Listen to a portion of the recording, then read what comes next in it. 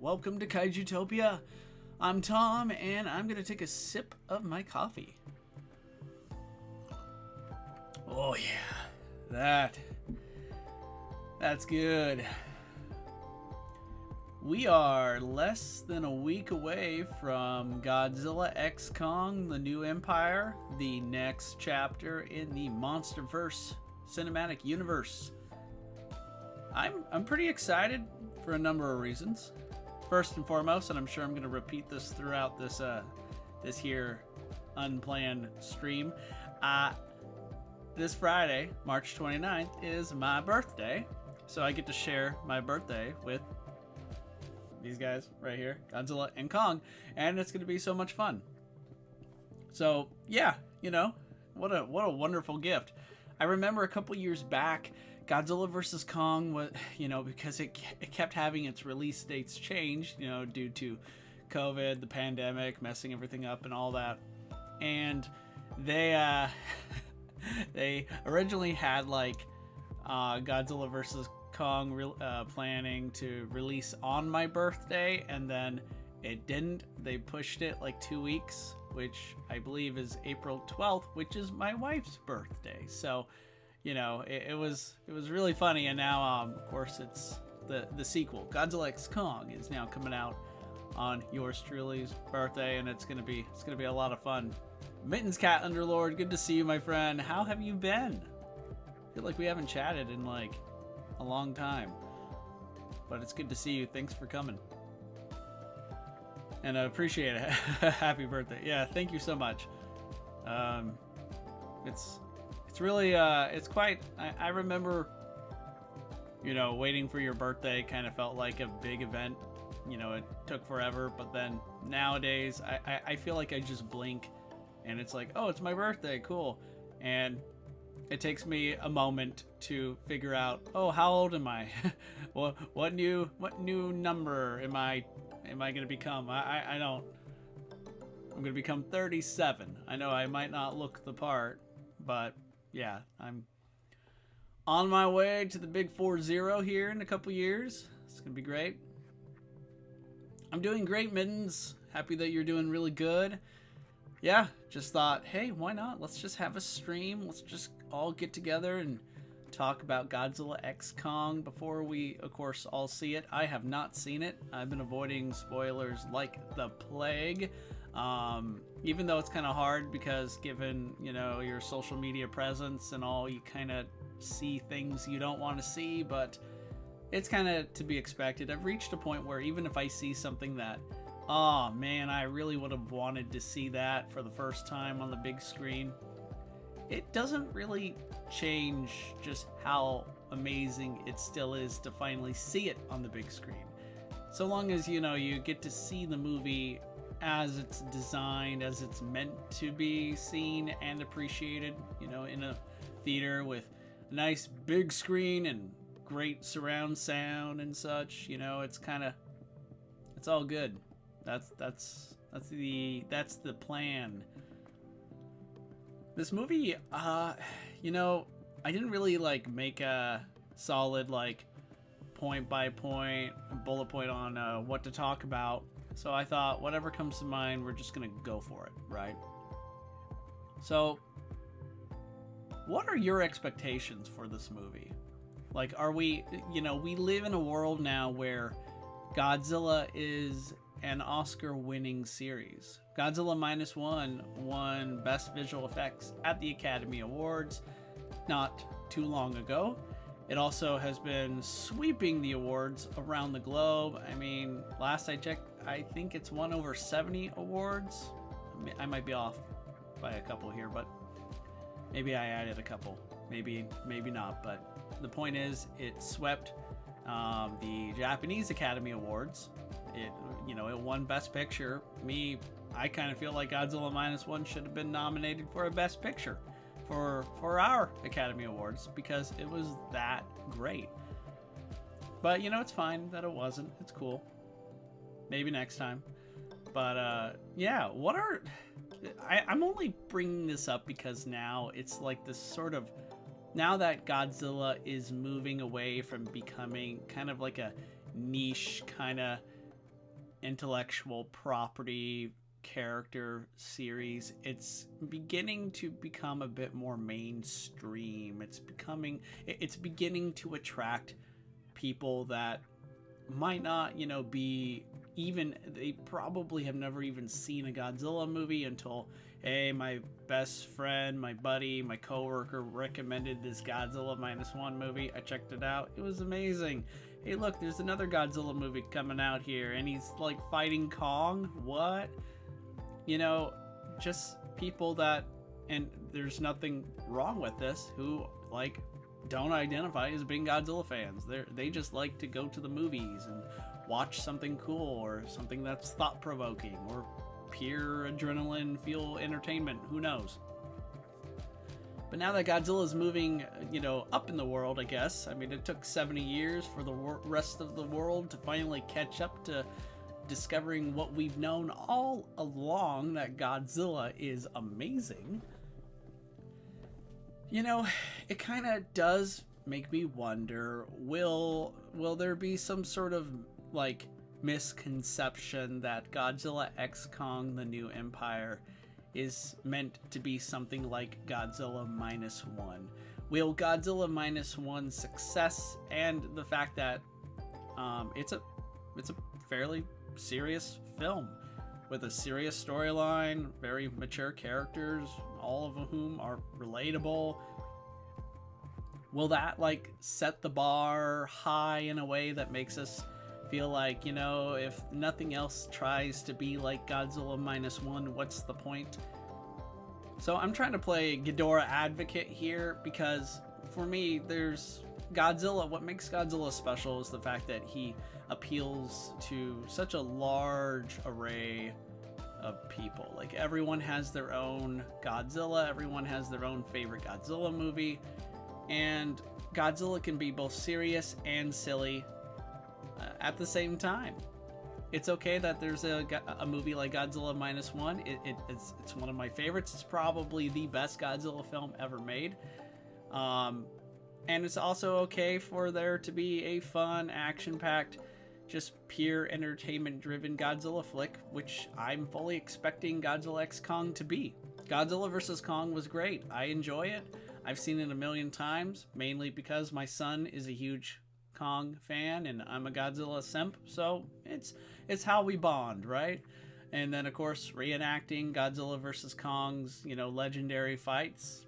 That's great, even though my back and neck currently hurt because my boy is getting bigger, stronger, just like Kong.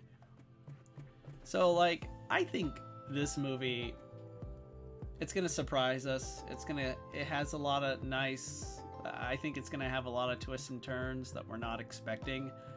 I think it's still going to be a fun, action-packed ride. I mean, there was this interview recently that was conducted between Godzilla -1's director Takashi Yamazaki and Godzilla X Kong's director Adam Wingard, and they both pretty much, stated, they were very blunt, very straightforward about how both of their respective films explore a completely different side of Godzilla. Godzilla -1's being more a serious, darker tone, whereas, Adam Wingard's films are kind of like, well, the exact opposite. And that's great. I think they both understood what is something that I feel like so many fans would benefit from if they just kind of take a deep breath, go out, touch grass, come back, and please stop basing your entire self-identity on Godzilla. There's a bigger world out there, and the people that you are, kind of driving away, I'm of course referring to the fans online who take this way too far, way too personally, and are just complete obnoxious jerks. I feel like if you guys just took a moment and just look at these directors, look at the filmmakers, and see that this is the point. This is a good thing. It's okay that your Godzilla isn't the one above all, isn't the one that everyone else wants. It's okay that your favorite Godzilla flick isn't everyone's favorite film of all time. It's fine. Take it from someone who used to, literally live and breathe and dream about Godzilla 24/7 to the point where, hey, you know what? It's kind of unhealthy. There's a there's a lot more out there, so please don't be those people. Be good people. Be positive. Just like I'm not entirely fond of the Godzilla Earth Polygon trilogy films, but I have friends who enjoy those movies a great deal, and because they like it, I love listening to them. I love hearing why they enjoy these movies. I kind of went off. I don't know. Was that a tangent? I don't know. Mittens, you're the only one here. I'll let you be the judge. But it's all good fun. Let's start with something that was a bit controversial. I love Godzilla's pink look. His Super Gojiran Rosé form. I think it's awesome. Okay, that was a fan. That's not the real title, right? But I really love it's called his evolved form, right? Evolved Godzilla looks boss. I love this thing so much. And I think this is a great thing to explore. I think seeing how, and according to director Adam Wingard, there's a reason why he becomes this super Godzilla kind of form, because it actually is tied into the plot, and there's a reason behind it. It's not just to sell toys or something. Maybe just a little tangent. Yeah, Mittens, you're correct. That was a little tangent of mine, but I'm not wrong. Mittens, what do you think about Godzilla's evolved look? I know some fans were turned off by it for, there's, and I'm not, we're moving away from the haters, because the haters are just gonna hate. There's actually, it's still fair game to have constructive feedback. It's fair game to be critical. And I get some people didn't like the slim look, Godzilla's gut seems to have disappeared completely. And the pink fins may not be for everybody. I think that's fine. It's cool. But I can't wait. From what I've seen, and I've been reserving my judgment until we saw the trailers, and Godzilla looks savage.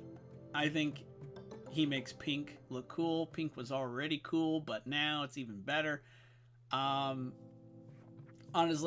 I think we should all, when we go see this movie, if you don't have any Godzilla merch, find a pink shirt or something.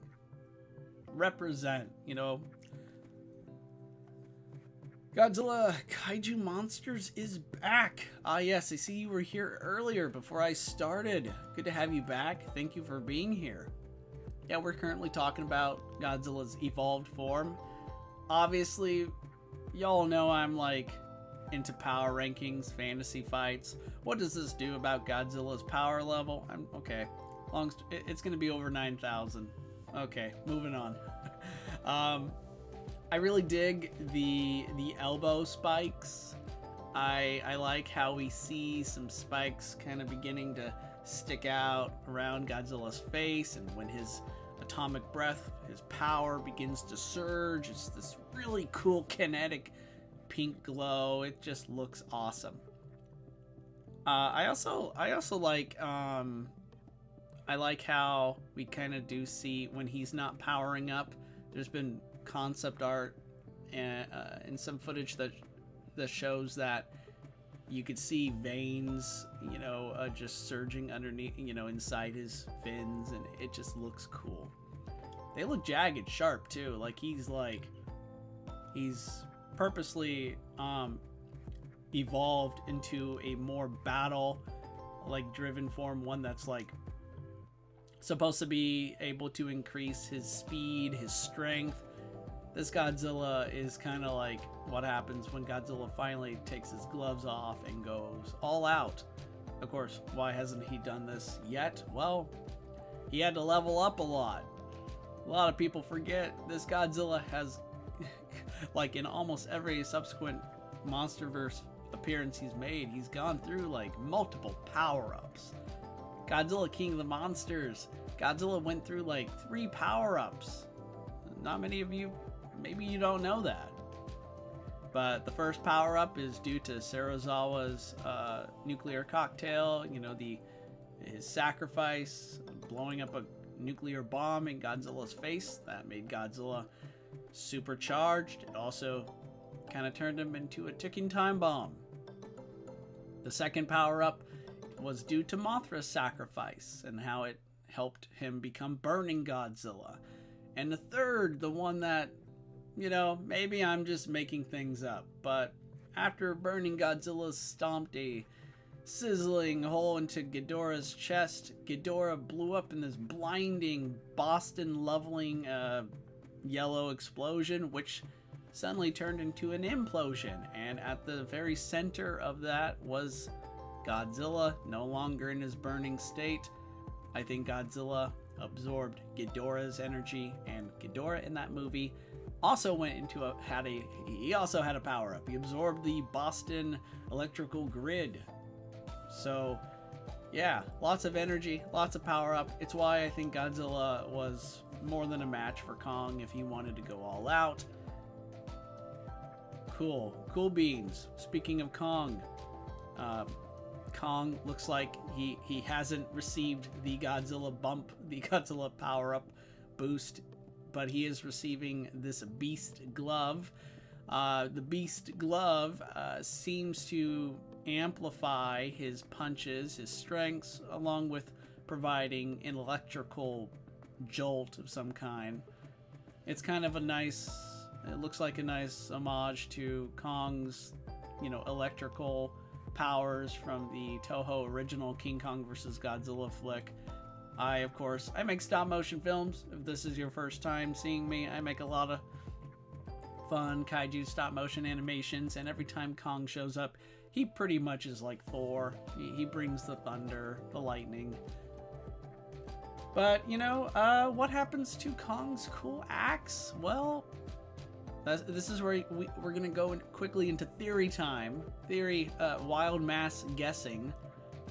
So, you know, I can't say these are spoilers because I haven't seen the movie. I avoid the spoilers. It's not like I have any insiders giving me the plot. So, this is just speculation. And if it turns out to be right, well, cool. That makes me an expert. No longer just a schmuck YouTuber that makes stuff up.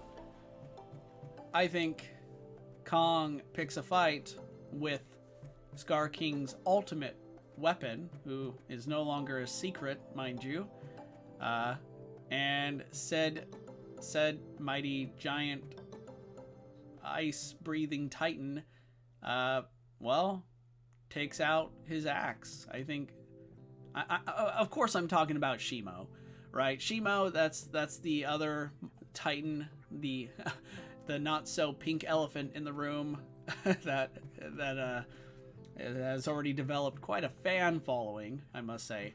She's going to use her freezing energy beam that is going to take out Kong's axe, and I think from what we've seen is going to injure his right hand, which is why he's later outfitted with the Beast Glove. That's my first theory that I'm throwing out there. I think it's legit. I think our footage, what we've seen, backs it up. But hey, we'll know more. We'll know definitively on my birthday. Actually, before, I think there are show times March 28th. But why are you gonna try and see this before me? I mean, come on, we all got to see this together. No, by all means, if you get a early showtime, if you get to see this sooner, take it. Seriously, it's awesome to be able to see something before the rest of the world. So, knock yourselves out. I like this comment, Mittens, that you gave. I don't love the concept, but I'm going to try to have an open mind. Good for you. I mean, I think even if you end up not liking it, it's not for you. That's perfectly fine. but it's great to have an open mind. I think many people do. I think it's very easy to fall into the whole, the very loud fringe minority sound bigger than they really are. But I think it's easy to forget that, far too often very loud minorities, they're here because the rest of us are just pretty tolerant, and we're just hoping they grow up a little. I don't know. But still, good for you. It's good.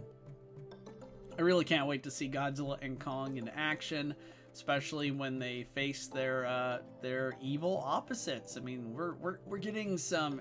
This is going to be such an interesting movie where it takes kind of like the draw of the Godzilla vs. Kong the film, this film's predecessor, where it pits Godzilla against Kong, two legendary cinematic icons. Now they're teaming up against what appears to be their evil opposites, which is, it's a trope, but it's a fun one. It looks like it's going to be a lot of fun. And I released a video not too long ago where I pretty much speculate that Scar King will be more dangerous than King Ghidorah. I totally believe that, and of course, it's very easy for someone to hear that and think I'm saying Scar King could totally take Ghidorah one-on-one in a fight. First off, I have no idea. I haven't seen the movie yet. He may be capable of doing that. Maybe he can't. I don't know. But I do think from what we have seen, he's more dangerous. And being more dangerous is not the same thing as being stronger. With that said, I think given the fact that Godzilla had to literally evolve into a new form in order to help Kong save the world against Scar King, Shimo, and Scar King's army, I think Scar King is the most dangerous Monsterverse Titan yet. Is he going to be able to take Kong on in close quarters combat? Can he take Godzilla on his own? I don't know. From what we've seen, I guess we're going to go into another speculation on my part. I think Scar King and Kong are going to have their first face-off somewhere in, in Hollow Earth, in Scar King's molten lair. There, Scar King will take Kong on, and I think, for the most part, Scar King is going to have kind of like an edge. Kong's stronger, but Scar King is faster, more agile, and has many more years of fighting experience. But Kong might surprise him and might potentially be able to win. Fearing that he's going to lose his power, Scar King will then release the Kraken, that is Shimo. And then from there, Shimo will take out Kong's axe, injure Kong, and we go from there. If you guys have any ideas, as long as they're not like confirmed spoilers, feel free to share. I think I'm really digging the concept of Scar King. I like Scar King a lot already. I think it's great that we're getting kind of like, while not a member of Kong's species, his kind, he seems to be kind of like a distant cousin. I think the idea itself is still really cool. Oh yeah, don't forget the fact that Godzilla is going to be aggressive to anyone he sees, especially after hibernation. Absolutely. I mean, who was it? I think it was either Adam Wingard or somebody mentioned that just because Godzilla and Kong teamed up against Mechagodzilla in the last movie doesn't mean they're friends. It's not like as soon as they see each other, they're going to be all like, hey, what's up, buddy? I haven't seen you in many years. How you been? It's just more kind of like Godzilla accepts that, okay, Kong, you can have the Hollow Earth. I kind of know what's down there. I don't want to have to keep, patrolling, managing both the surface Earth and the Hollow Earth. It's too much work. Kid, you can have it, but if you show yourself up here again in my turf, I'm a killer. I'm gonna kill you. So they're not going to get along at first. It, I've seen some quick shots on Twitter X that shows that, you know, Kong apparently he's got his hands up. You know, they're somewhere in Egypt near the pyramids, and Kong sees Godzilla and he's all like, "Whoa, whoa!" trying to communicate like, "Hey, yo." I come here as a friendly, and Godzilla is not having it, and yeah, things escalate from there. It's fine though, because you know what? We know they're gonna get along. We see them running next to each other later in one of the trailers. You know, that iconic 80s hero shot of them running into battle together side by side. Kong even like jumps on Godzilla, and oh man, it's gonna be great. I think there will be somewhat of a rematch. Godzilla just casually tackles everything he finds to be a nuisance. That's what I mean. Yep. I think you and I are on the same page on this one. I mean, that is true to Godzilla's character. That's like literally the whole, like, that's something that's been a constant since 2014. Godzilla, it's his way or the highway. Even though the line itself didn't make it into Godzilla King of the Monsters, in one of the trailers, arguably one of the most memorable lines that I've heard a character say in the Monsterverse is, "This is Godzilla's world. We just live in it." Godzilla tolerates the human race, and that's why so many of us are kind of like, you know, he's not a bad guy, right? He's keeping the Titans from running amok, from doing what Ghidorah wanted them to do, which is basically glass the planet. But Godzilla is still very much like, he's an alpha titan for a reason. He's the king of the monsters for a reason. And it's going to be interesting to see, you know, what it takes for him to basically go, "Okay, Kong, I'll help you, because I don't think I can do this on my own." And it's true. I don't think Godzilla could beat Scar King and Shimo on his own, even in his evolved state. If that turns out not to be the case, you know, we watch it and it's kind of like, man, why is Kong even here? Well, I'll tell you why Kong is here. Kong is here because, and this is my opinion, doesn't mean it's, you know, it's infallible or anything, but I think Kong is rightfully the protagonist of the Monsterverse. I think he is the main Titan character. There's a good reason for this, and it's because he's anthropomorphic. He's relatable. His facial expressions, body language, and such, we, the audience, can relate to because we're apes. We're apes too. We see Kong, we find some mutual common understanding. Kong feels emotions likely in the same way we do. So I do feel like Kong is the main draw for these movies. I mean, the most successful film in the Monsterverse, aside from Godzilla vs. Kong, I didn't check the numbers in advance, but from what I understand, Kong Skull Island made some pretty good money worldwide. Speaking of box office, do we think Godzilla x Kong: The New Empire is going to make major moolah? Do we think it's going to bring in those billion Gojirian dollars? So I don't think it's going to make a billion. Godzilla's not that kind of IP yet, and quite frankly, he likely never will be, and that's totally fine. You don't need to make a billion to be a successful franchise. The Monsterverse is quite literally one of the few remaining thriving shared universes out there, and it's never made a billion, and that's cool. I don't think it's going to underperform, which is sadly what happened to Godzilla King of the Monsters. That movie, I still love that movie a great deal. I can break into a long-winded talk about all the things that I like and dislike about that movie. Most of them are positive, but it did underperform at the box office. And I don't think Godzilla X Kong will be at those low levels. I mean, I think it's going to. I could see it breaking, going above like 400 million worldwide. I could see it maybe getting closer to 500 million, but I don't think it's going to be a huge draw. I don't think it's going to quite capture Godzilla vs. Kong's box office performance. The circumstances have changed. Godzilla vs. Kong was I think the first major motion picture that came out in theaters during, COVID, during the pandemic. A lot of people wanted to get out and just have fun, and Godzilla vs. Kong delivered.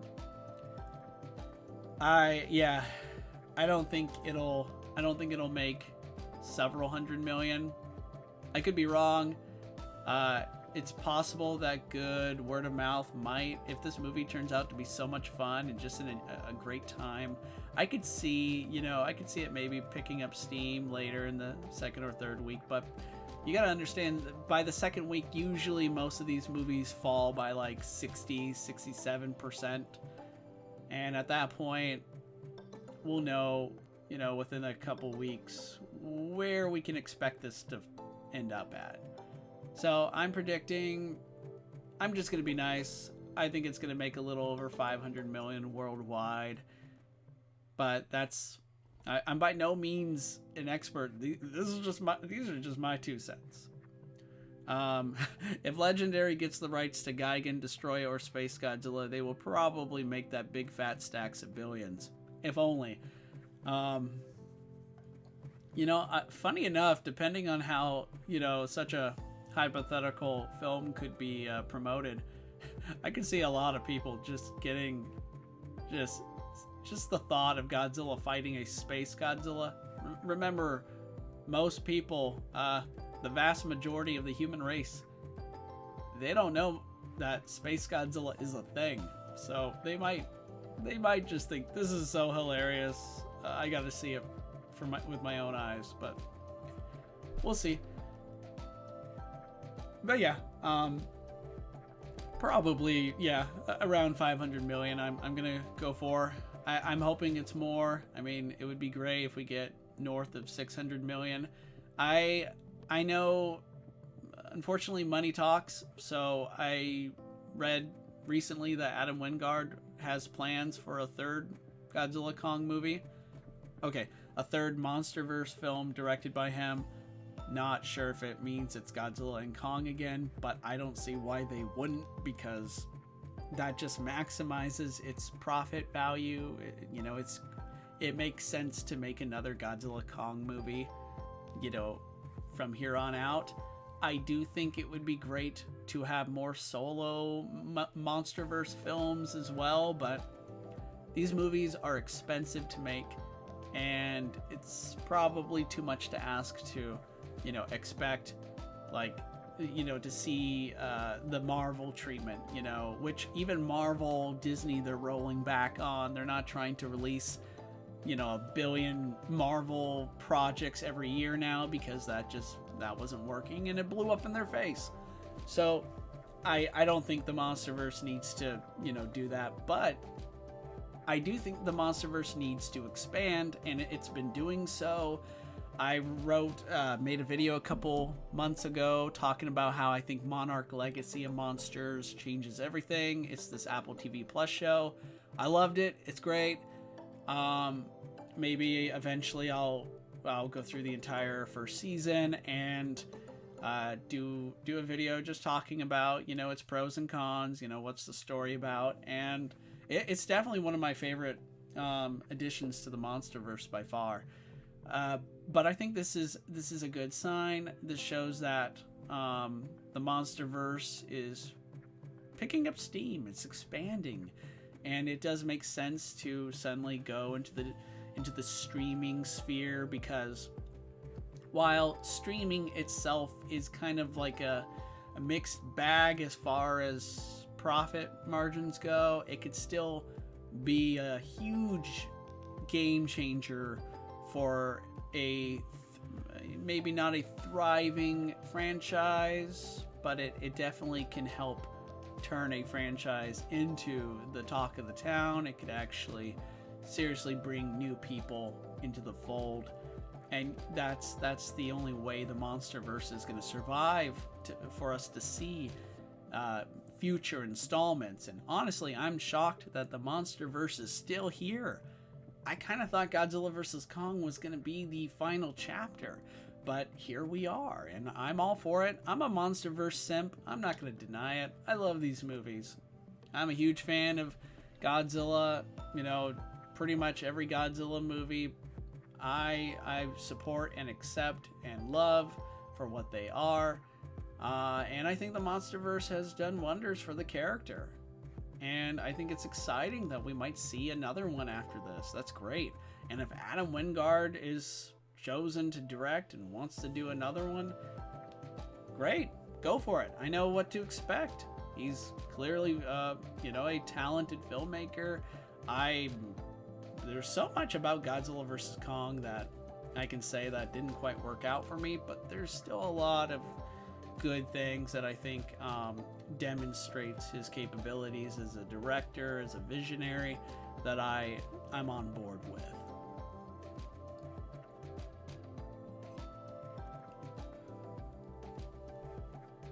Okay, so as far as theories go, we could talk about Shimo. Shimo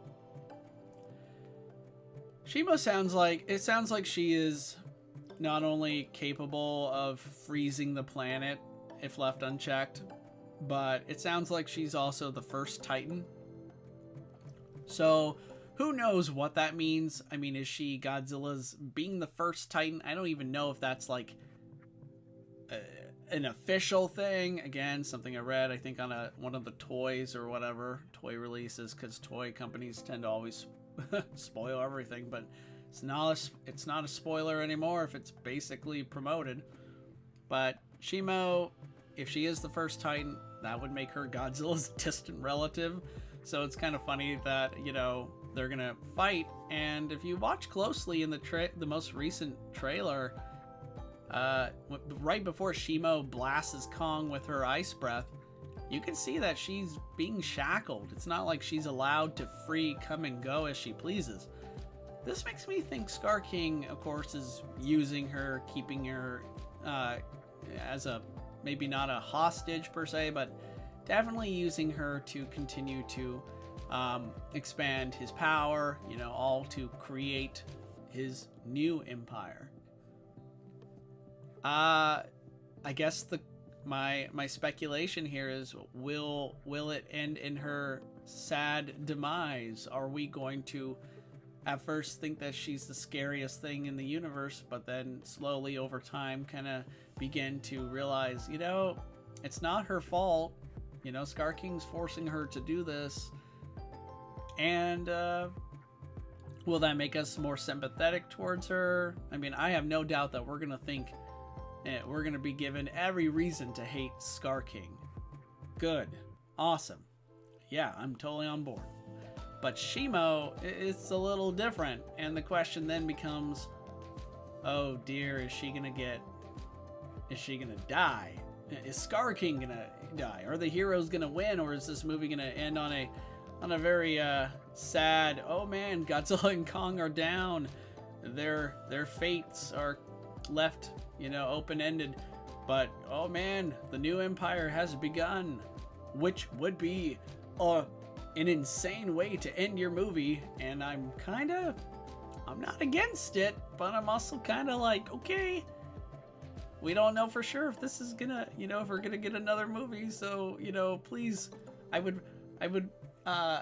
really hope, this is a constant thing, and I don't want to see it in the Monsterverse, even though we already have seen it. But please, if you're in charge, if you're be it a director, the screenwriter, executive producer, showrunner of a Monsterverse property, please do not leave it open-ended unless you know for sure you're getting a follow-up.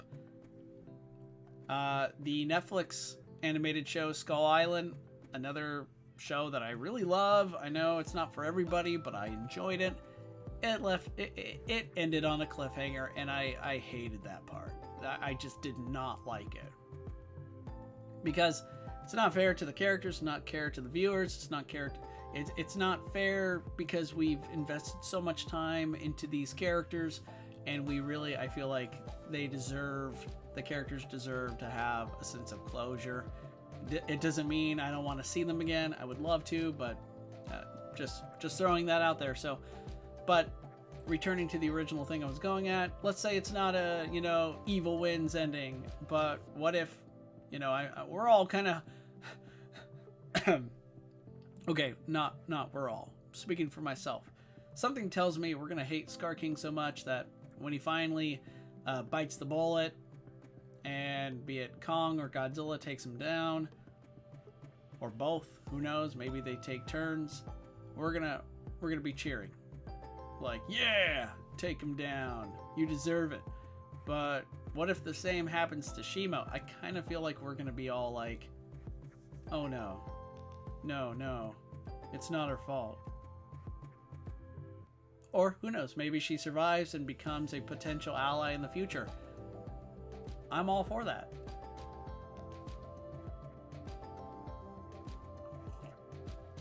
Ooh. Alright, so I kind of want to move away from talking about Shimo because, again, that's kind of still one of those, I mean, I know I've been saying, like, hey, potential spoilers here and there throughout this video, but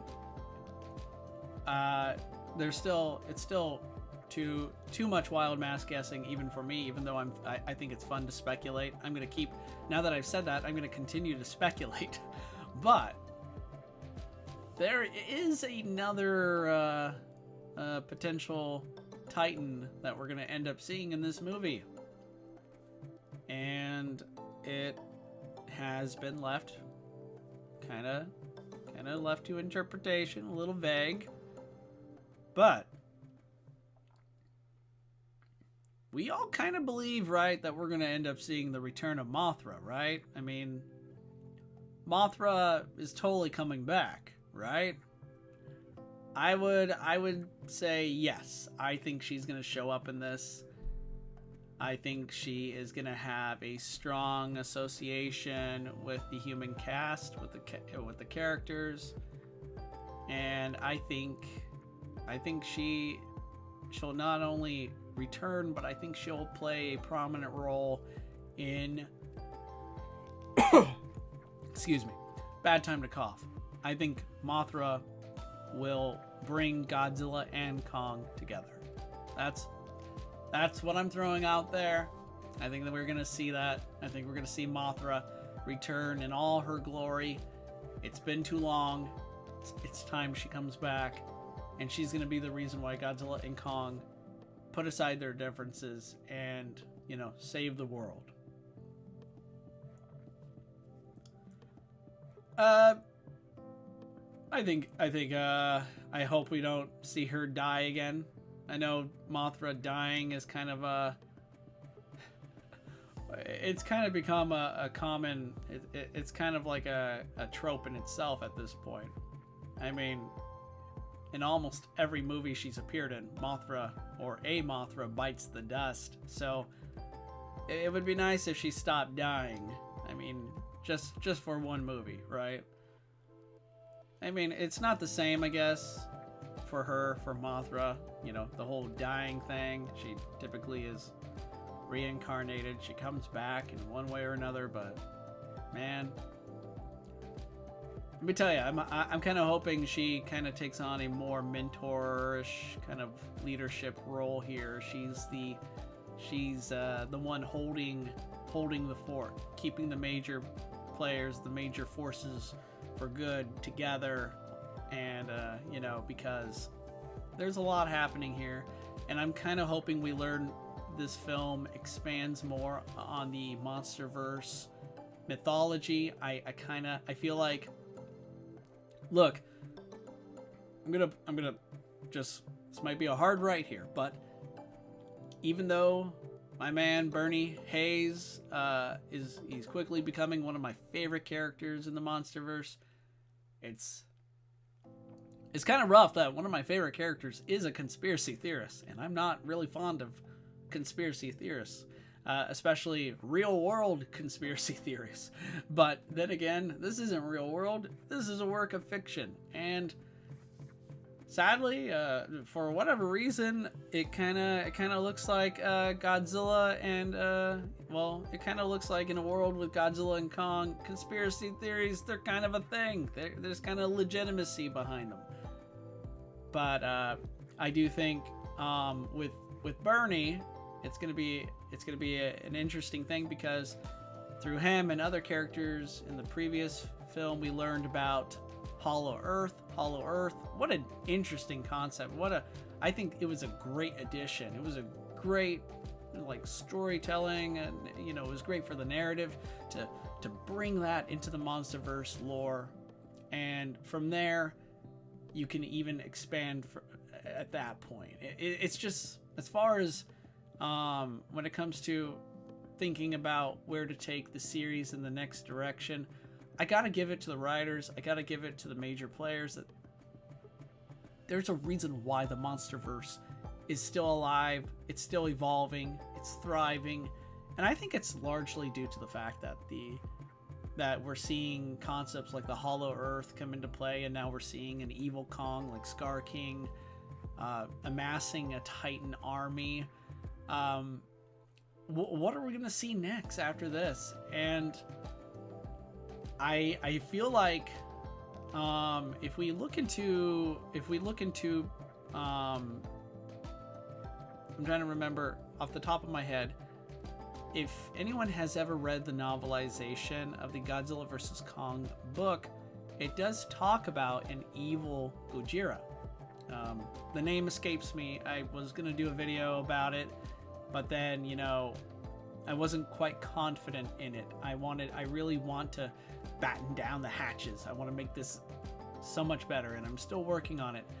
But from what I understand, there was even concept art that was done for Godzilla vs. Kong that shows an evil Godzilla taking on Godzilla and Kong's ancestors. It was supposed to be on one of the cave paintings in Kong's lair before Godzilla nuked it, of course. But even though that's all concept art, it's not official. At least that concept art isn't officially canon. The evil Gojira, as far as I am aware, is still technically canon to the Monsterverse lore. And I feel like that could be a potential endgame. I like to think that... Oh, Dangerville, good to see you, buddy. Zozilla Halawa, yeah, the Titan that ate a star, exactly. And there's a lot of people, I used to think this too, kind of thought, ooh, Space Godzilla, makes sense. Could be a different variant, it could be a nice nod to Space Godzilla, but yeah, Zozilla Halawa is this evil Gojira that, from what it looks like, it required the entire, like, Kong's ancestors and Godzilla, potentially more than one Godzilla, to keep this power in check. Now, here's the thing, in Dangerville, let me know what you think about this. Let me know if you... So, part of the thing that makes me think Zozilla Halawa is still canon, is still kind of where this series could be heading, is that in Godzilla vs. Kong, when Godzilla arrived in Hong Kong, he was searching for Mechagodzilla. Kong accessed the Hollow Earth power source with the battle axe. It began to draw energy from, it drew radiation, and of course a bird's eye view shows like the glowing axe and everything. The symbols took on a Godzilla-like form.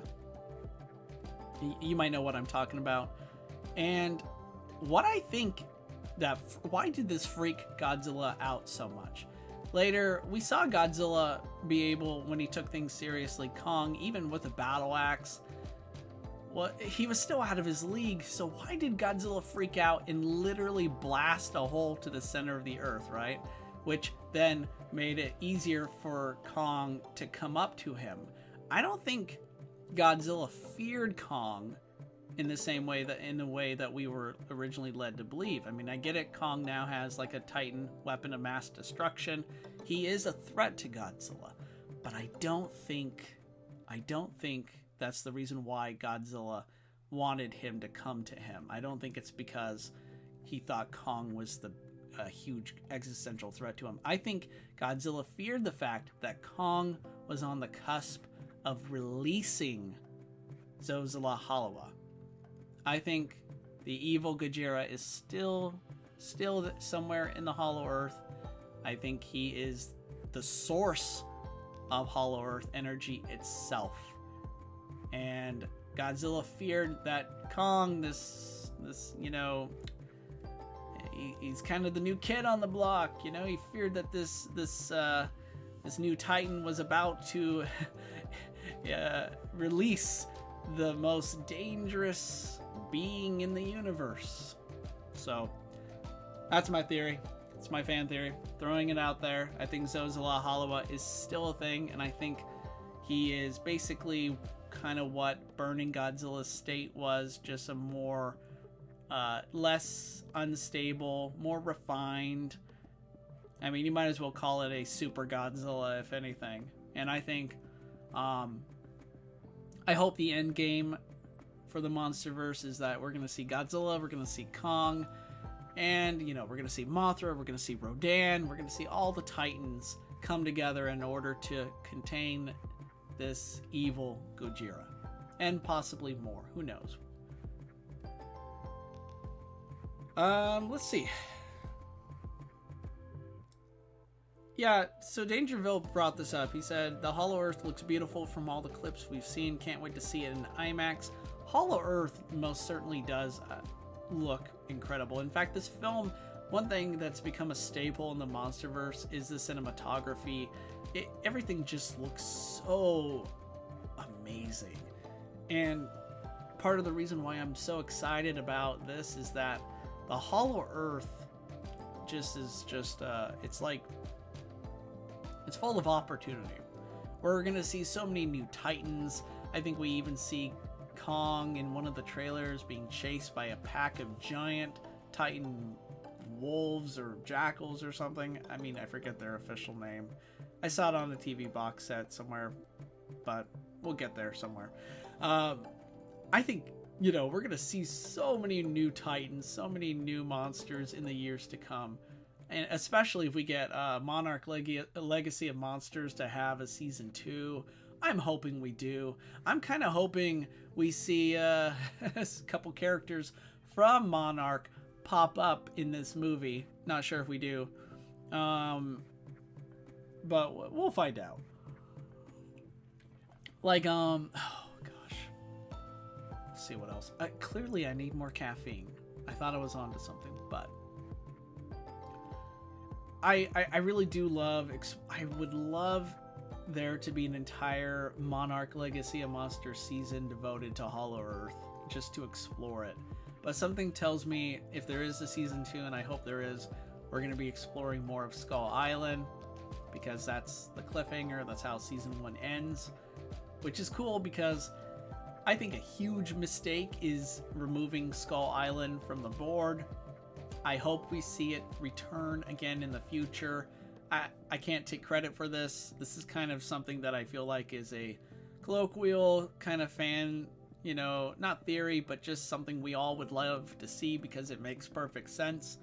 But Skull Island should not only return, but it should become Monster Island, the Monsterverse equivalent to Monster Island.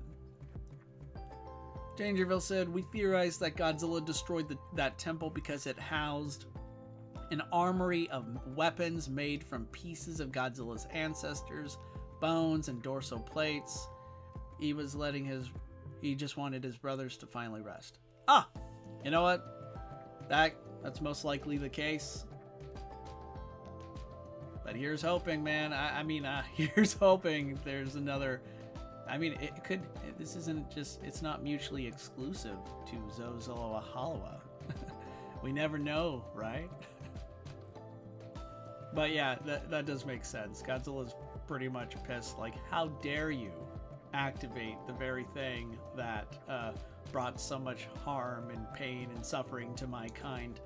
Speaking, I mean, I talked about this earlier, how I think Kong is rightfully the Titan protagonist, right, of the Monsterverse. It makes sense, he's more relatable, but I do want to see more for Godzilla. I do want more, and I want more than just having a new power-up, a new evolved form. And it's one thing for me to say, I want more, I want them to do more with Godzilla. It's another thing to actually execute that, to brainstorm and execute it in a way that is exactly what we would want it to be and more.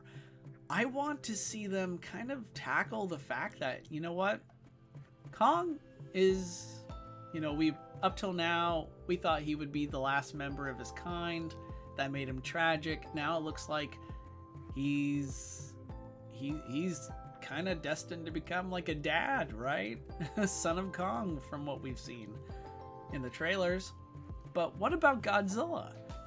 If we never do end up seeing, you know, an evil Gojira, which would be interesting, because then that might make Godzilla hesitant to fight it, because as far as we know, Godzilla is the last Titanus Gojira in the Monsterverse. And if that's the case, then, you know, man, that kind of bites. That sucks. It's sad, and it would be nice to be able to see future human characters maybe explore, you know, that side of Godzilla. Like, you know, there's more to him than just being, you know, here, you know, all about restoring balance to the world, being king of the monsters. There is a relatable side to the Titan King, and that would be great to explore in the future. I'm Fast. Hello, guys. Hey, what's up? Thanks for coming.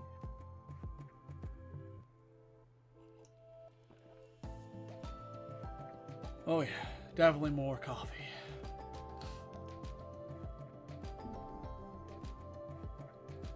I think,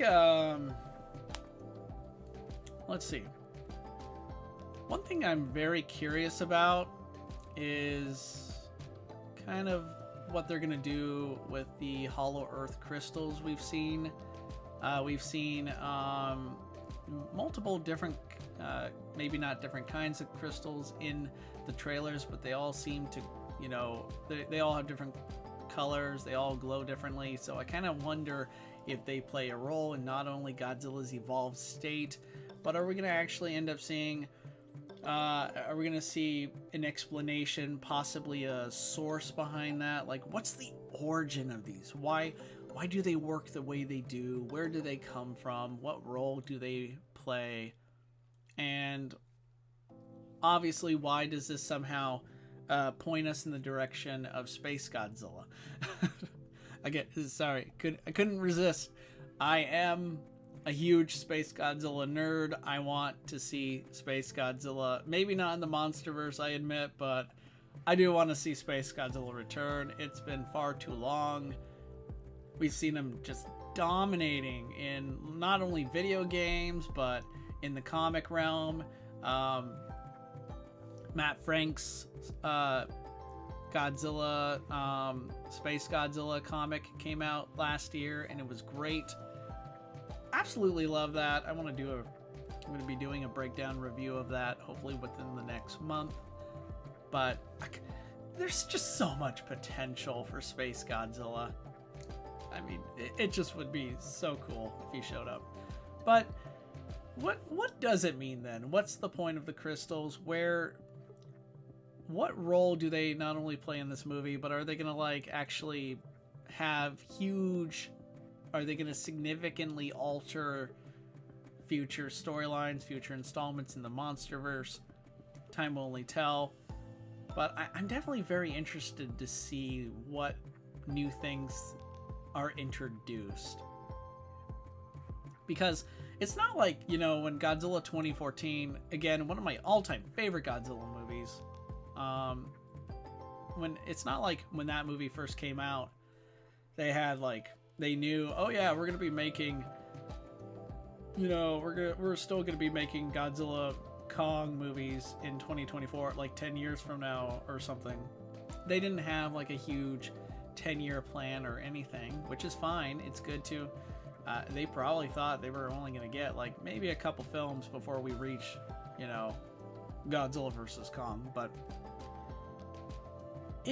it would be interesting to see, you know, to be a fly on the wall in these sort of in the writers' room for the Monsterverse. I'd be curious to know where they are heading, because the Monsterverse continues to surprise. It continues to demonstrate that it's here to stay. It's here to continue to carry on not only in the near future, but I think it could go several more years. Monarch Legacy of Monsters has great potential, great promise. Love the first season. It gave us what fans have been clamoring for. I mean, it shows that the producers of these projects, these filmmakers, are listening to us. We want more monster action. Here's Godzilla vs. Kong. We want relatable human characters. Here's Monarch Legacy of Monsters. We want a bit of the same. Maybe we're going to see that in Godzilla x Kong: The New Empire. I mean, it's just so exciting to be a Godzilla fan right now. I know some of you might be a little tired of hearing what a great time it is to be a Godzilla fan. I say it with pride. I say it because I mean it. It is a great time to be a Godzilla fan. And, you know, Godzilla -1 was just so amazing. We're seeing a huge change in the kaiju genre as we know it.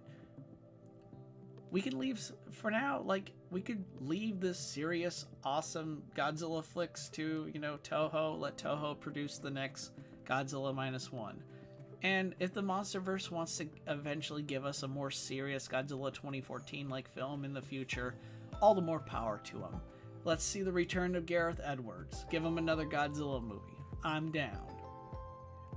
You know, or a completely new filmmaker with a new vision, a new idea. Great. Let's explore that. I think it's just really awesome to be in this to be where we are now, because I've been waiting for this my entire life. I've been waiting for a Godzilla movie to come out on my birthday. But, you know, more importantly, I've been waiting for a Godzilla film that can be enjoyed by not only fans from all over the world with different tastes, different interests, but my family and friends who are not Godzilla fans enjoy these movies. And it's just fun to be able to celebrate and enjoy that with them. It's just fun. It's great to be able to live in a time where we're getting Godzilla projects left and right. Just last year, Monarch Legacy of Monsters, Godzilla -1, Godzilla Day gave us so much to appreciate and enjoy. And that's just scratching the surface. Who knows what's going to happen this year, but I think Godzilla x Kong: The New Empire is going to really take us in a positive direction. It's going to continue to make the Monsterverse enjoyable. It's going to expand. It's going to evolve, and it's going to be a treat. Yeah, other than that, everybody, unless anyone else has anything to add and such, I think we're just going to call it. I'll give you guys a moment, you know, if there's anything else you want to talk about.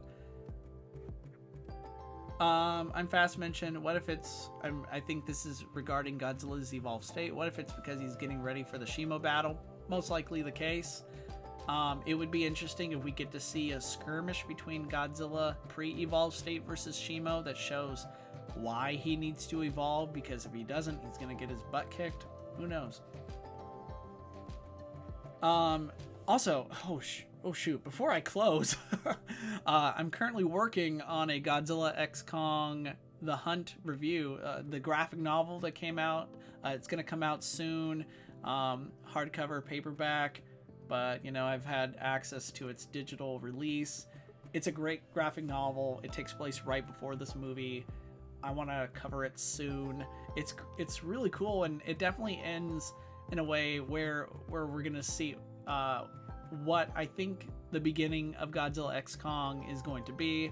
It's going to be Godzilla fighting a Titan we've become quite familiar with. We've seen this Titan in previous films, and we've seen her really begin to shine in the Godzilla Monsterverse comics, like Godzilla Dominion. We've seen this certain Titan show up in a comic series that I'm in love with. I'm of course talking about Justice League versus Godzilla versus Kong. And the Titan in question is Scylla, our lovable, multi-armed Cthulhu Titan that is just power hungry. Yeah, she has a very memorable role in the Godzilla X Kong the Hunted. So, yeah. Oh, man. Yeah. Currently working on the script for that. There's a lot to break down. There's a lot to cover. But, you know, if anyone's interested, be on the lookout for that. Currently working on a couple stop motion projects. I'm almost done with my Super 7 1200 Degrees Godzilla and Destroya stop motion project. It looks fun. It's going to be fun to finally share that with you. And in the next week, I'm going to start another project where I'm recreating the Godzilla Rises scene, the Godzilla Rebirth scene from Godzilla King of the Monsters, where Godzilla comes out of the water next to the submarine. And let's just say the characters, the human cast, are going to be... They're not going to be just human. They're going to be made up of some very familiar faces, is all I'll say for now. But anyway, Godzilla X Kong, The New Empire, coming out March 29th. My birthday. It's going to be awesome. I can't wait to hear what everyone thinks. I'll likely be doing a live stream or a review of some kind not too long after it comes out. So stay tuned. Stay safe, everybody, and I'll see you all later. Peace.